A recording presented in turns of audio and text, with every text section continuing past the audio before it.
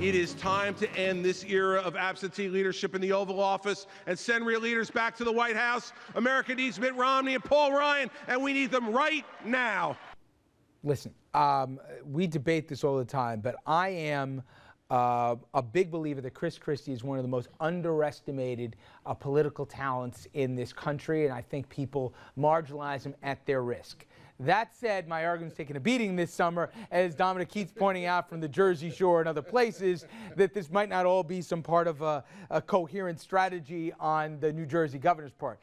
That said, last night, he obviously had a primetime position. It's a launching pad to runs for the Oval Office, the keynote address speaker for Republican and Democratic parties. Well, he certainly had the stage, and he certainly, made the most of it, let's say. But many people are saying, was it really that to really pump up both the party and the nominee, or to pump up himself? Take a listen for yourself. I believe I say when I came into office, me. Okay, all told, it took about 17 minutes for Chris Christie to even mention Mitt Romney. You heard me right. 17 minutes almost before he said the name of the nominee. Now, in case you missed it, here's a quick recap of what Chris Christie, easy for me to say, had to say. Thank you all very much. Thank you. Well,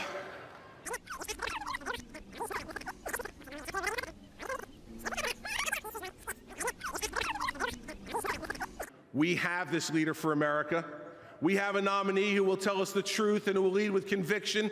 And now he has a running mate who will do the same. We have Governor Mitt Romney and Congressman Paul Ryan, and we need to make him the next president and vice president of the United States.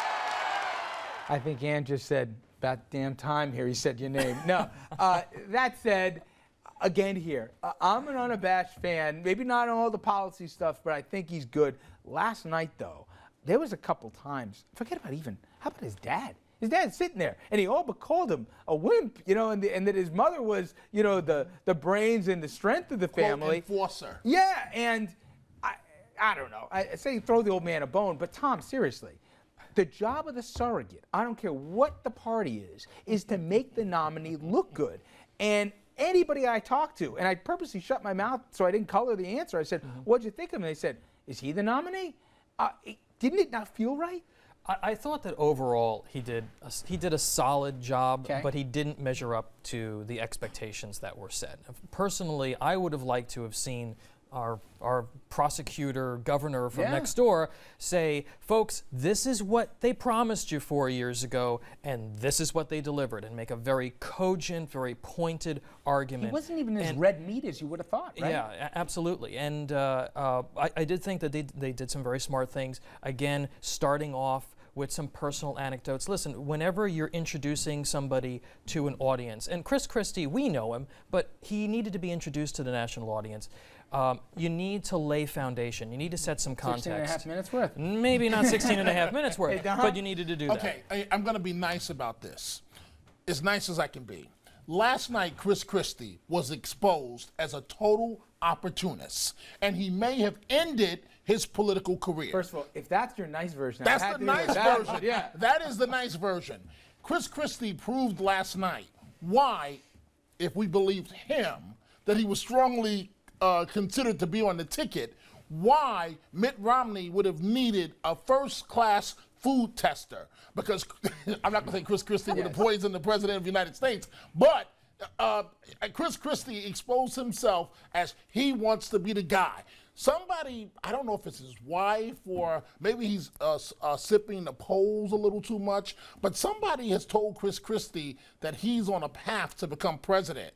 Newsflash, it's not going to happen. That maybe it's inside baseball, and I don't think the general population cares about this. I don't know if you saw this, Tom.